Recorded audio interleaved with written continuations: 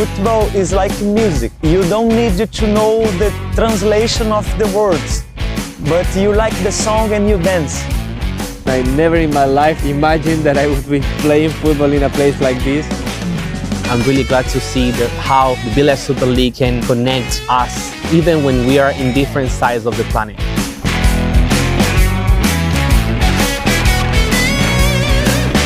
One, two, three, let's go!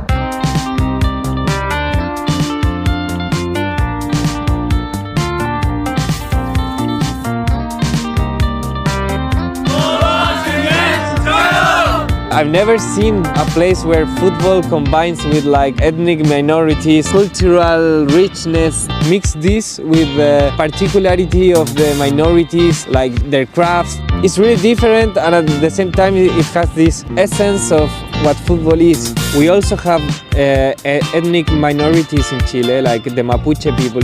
I think that here in Rongyang you found something that it belongs to everybody, and that everybody can feel like attached to, like football, like this field, and the emotion and the passion that this brings to people. And I think sometimes we forget in football is for having fun.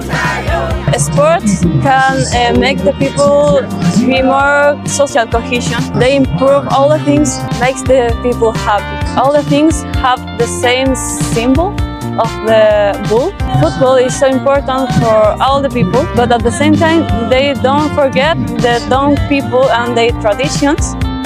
One thing is how people are open to have new guests. Me as a foreigner from far away, I felt very smiling people, open arms to us. In Brazil we are similar about the soccer game. More or less I felt at home. It's very inspiring when you see this contact with sports. When we talk about sports, we talk about healthy, we talk about the social, meeting friends and have a good life. I experienced it here. Great people having fun together, using football as a source. In Brazil, we have a lot of teams and a lot of villages too. Maybe we can learn from this experience to connect their villages and make the competition more dynamic and more accessible for all. For us in South America, football is something very important in our lives. Something that impressed me so much is for the people from Pyongyang is also something make them feel passion, make them feel proud about their town, about the city. I never thought that football was that extended in China, that people are excited to see football. I think we have to learn many things of how poverty alleviation is working in China. The key word is like innovation. Something that impressed me is how creative people in Pyongyang is.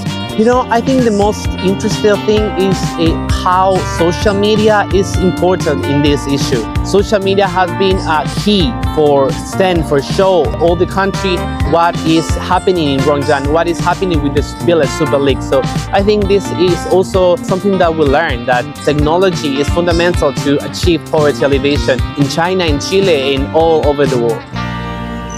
Sometimes we think about poverty without connecting with the idea that behind poverty there are people with stories, with faces. Sometimes we just think poverty in numbers. So it was really special for me to come here, get attached with those stories.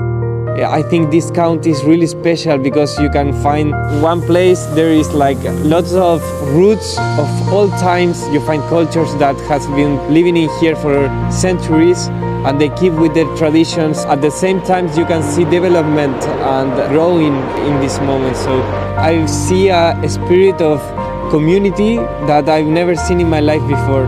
For once, it was really inspiring in the terms of poverty alleviation, and also it was a really rich cultural experience. It would be nice to import this strategy to other parts of China, but also to other countries. Even when we are in different sides of the planet, we have so much things in common. I'm pretty sure that this platform can be something that can connect people around the world. I believe every tourist from everywhere can have a very great time here and experience a Chinese experience. I think it's an amazing country, and I want to get it know as well as I can. You have something that you can't find in any other place of the world.